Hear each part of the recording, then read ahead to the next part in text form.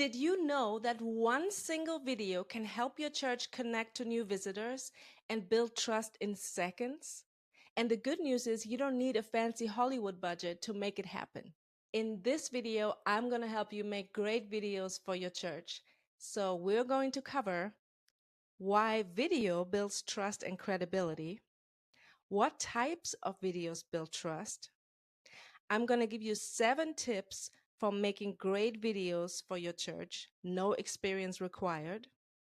And make sure you stay till the end because I will share the 4 types of videos that will give you the best results and that you can get started with today. You don't want to miss this. Ready? Let's get started.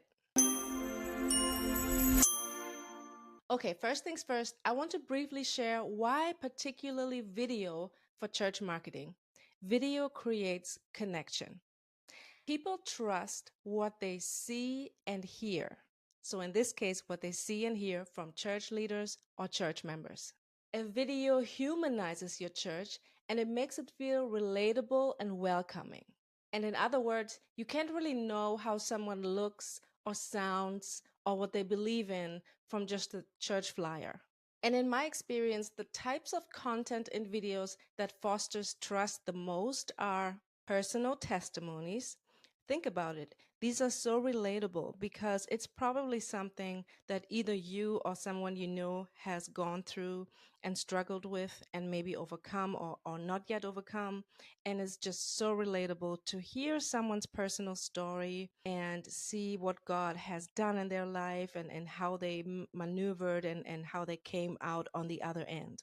The second thing I see working very well, and this is to get to know a church, are sermon clips. So sermon clips give you a good overview of what is being preached and how the gospel is being packaged and maybe even the style and the character of the pastor and the beliefs. And so you can kind of get a glimpse of what it is like to be there.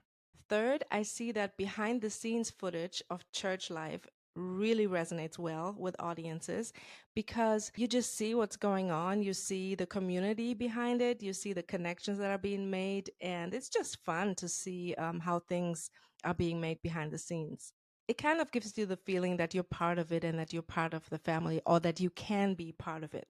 Lastly, I see event recaps making a comeback. These are definitely a great tool to kind of show what has been going on and what people have learned and how they came together in God's presence and really what they have learned and what they have experienced coming together. And it can really make the viewer curious of the next one and how the next event could impact my life and who can I get to know and what can I experience. So it really, it just talks to the emotions. So here are my 7 tips for making great video content, and I don't want you to overthink these, okay? All right, let's go. Tip number 1, start with your smartphone. You don't need a fancy camera. Most smartphones today have excellent video quality, and as long as you focus on good lighting and clear audio, you are good to go. This is just so good to take the stress and take the anxiety out of filming, and you always have your phone with you. Most people do. So this is a really great way to film. It also makes things authentic, especially for that behind the scene footage. And you always have it with you. Use your phone. Tip number 2, keep it short and purposeful. So aim for about 1 to 3 minutes for most videos. Answer a specific question or tell a story. Okay, so think about the questions that people will have, especially new visitors or potential new visitors, and go ahead and answer these questions. And you can package them in a story.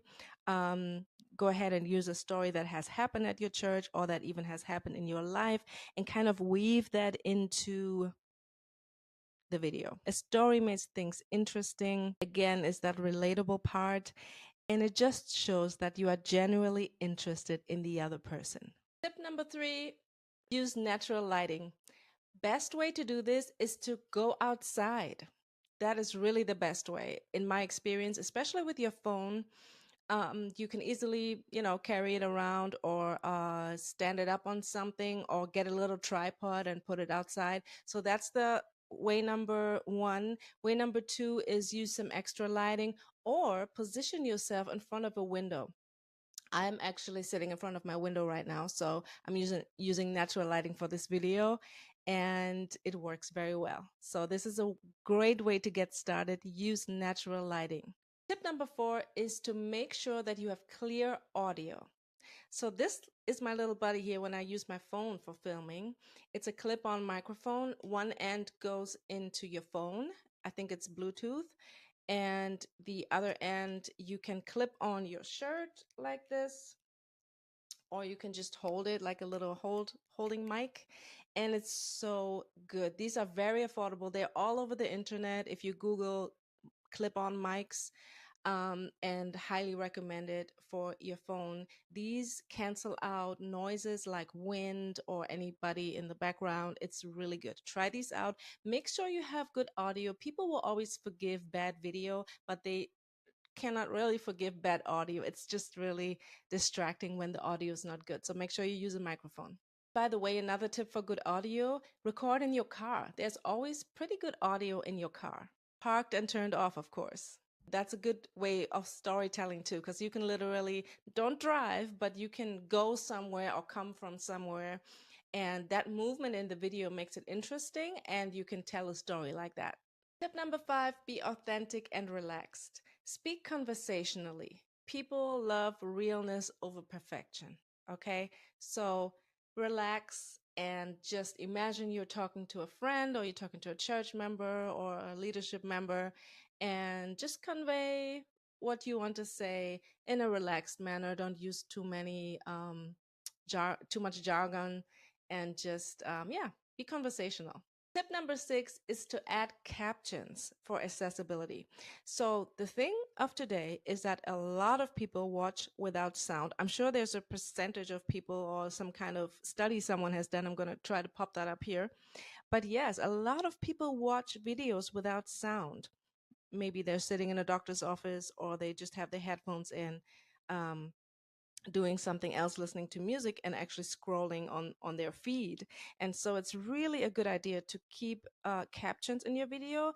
An easy way to add these is to use either CapCut or Descript. There are a lot of tools that allow you, even the apps, the social media apps themselves. For example, Instagram has a feature, TikTok has a feature where you can easily add captions. If you don't know what I mean, it's literally what you're saying in the video is going to pop up as words on the screen. And my tip number 7 is to use free editing tools. Now, if you have an iPhone or a MacBook, I highly recommend using iMovie, or using whatever software you have on your phone or on your computer already. If you have a different kind of computer, I, for example, use CapCut. CapCut is free, and it has a lot of capabilities. Um, that you can use. It's very beginner friendly. It has a little bit of AI in it. So, for example, you can do transcript based editing, which, for example, helps me out a lot because I'm not an editor. And so, this is a great way to get started. I hope you will try out these tips.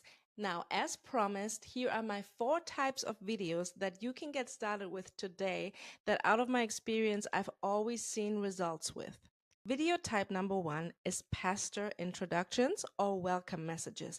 It doesn't have to be your pastor. It can be leadership. It can be a greeter. And just make sure you are saying what your church is about, and that you can't wait to meet the person on the other end of the screen. And again, you can make it conversational, or you can weave a story into it. Just give it your style. Video type number 2 that I see people connect to a lot are testimonials from members. Testimonials are such a great way to connect to the other person on the other side of the screen. Again, because we all go through stuff in life, okay? A lot of times you have the same problem, or you know someone that has, and it's just so heartwarming to hear what God has done in another person's life. So go ahead, go around in your church and use that little clip mic that I mentioned earlier, and interview some church members for testimonials. These videos do very great. Video type number 3 are short video clips explaining the mission of your church. So these are really great if they come from leadership, if they come from the pastor or the family of the pastor. And these are really great because people can kind of get a glimpse, get a preview of what the church stands for, and also what they can expect when they join. They can get a preview of the different ministries within your ministry. So let's say there's a women's group, there's a men's breakfast, there's a children's club. All these things you can kind of put them in your introduction. I'm sorry, in your mission video. And these don't have to be formal. You can sit in your garden. You can do things as you speak. Put some movement in your video that really connects well too. And video type number 4 that you can get started with today are personal video invites to your events. So instead of just posting a flyer or just posting a thread or something, go ahead and invite the person on the other side of the screen personally with a video. It makes such a difference. Even in my ads for my clients, I have seen that when I use a flyer to promote an event, let's say it's a Facebook ad, versus using a video, the video almost always, 99.9%, performs better than the still image, even if it's the same image or if it's the same thing portrayed. If it's a video, if the person can hear and see another person, it makes such a difference. So go ahead and rethink your invites to your events. Always add a video to it. So there you go. Go ahead and try this today. Record a short video. Just introduce yourself and share something that you're excited about at your church happening. Post it and see how people respond. And as you are doing this, you are building your video muscle, as I call it. You are going to get used to it. You're going to get more comfortable in front of the camera, and you're going to connect to more people. If this was helpful, go ahead and give this video a thumbs up and consider subscribing to this channel for more on church marketing. Now, the tips that I shared today might not be as effective if you don't know the mistakes that you are making. So go ahead and watch this video next. This is on the 3 biggest mistakes that churches make when marketing and how to avoid them. Thank you so much for watching this one. I'll see you in my next one. Stay blessed.